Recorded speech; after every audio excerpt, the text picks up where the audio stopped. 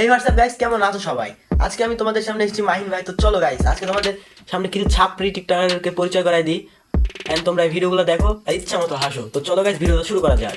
তো গাইস, প্রথমে রয়েছে আমাদের নায়ক বখান এন্ড ডান্সার ওরফে হিজরা। তো চলো গাইস, তার ভিডিওগুলো দেখে আসি। আরে ভাই ভাই, ওটার কোমর নাকি মোটর আমি তো কিছুই বুঝতে পারছি না। একবার দেখেন ভাই।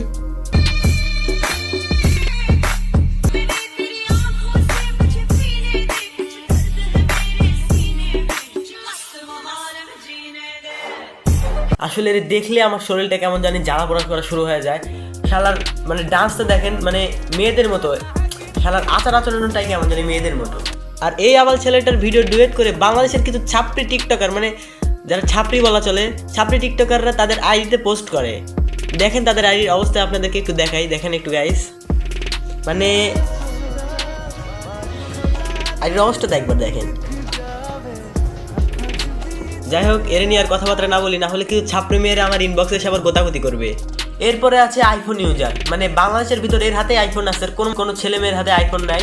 মানে ভাবটা দেখেন গাইস, কি একটা ভাব দেখায়।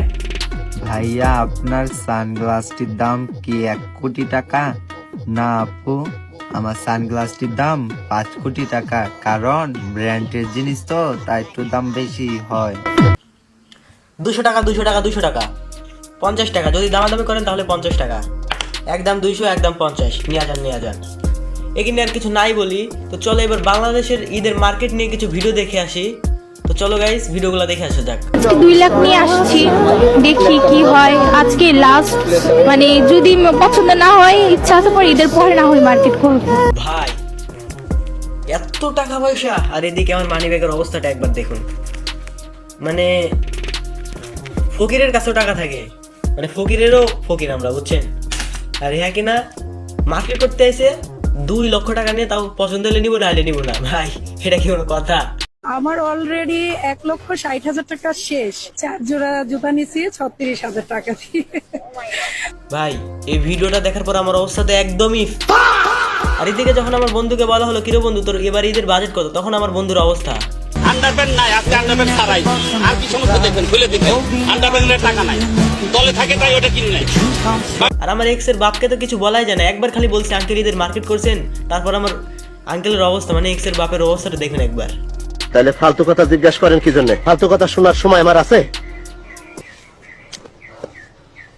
ফালতু কথা আমারে জিজ্ঞাসা করবেন না, মেজাজ অত্যাধিক খারাপ। তো গাইস, আজকের ভিডিও এই পর্যন্তই। তোমরা সবাই লাইক করো এন্ড সাবস্ক্রাইব করো। এরা যারা ফেসবুক থেকে দেখতেছো তারা একটু ফলো দাও। আর এরপর তোমরা কমেন্টে জানাও যে কাকে নিয়ে রোস্ট করবো।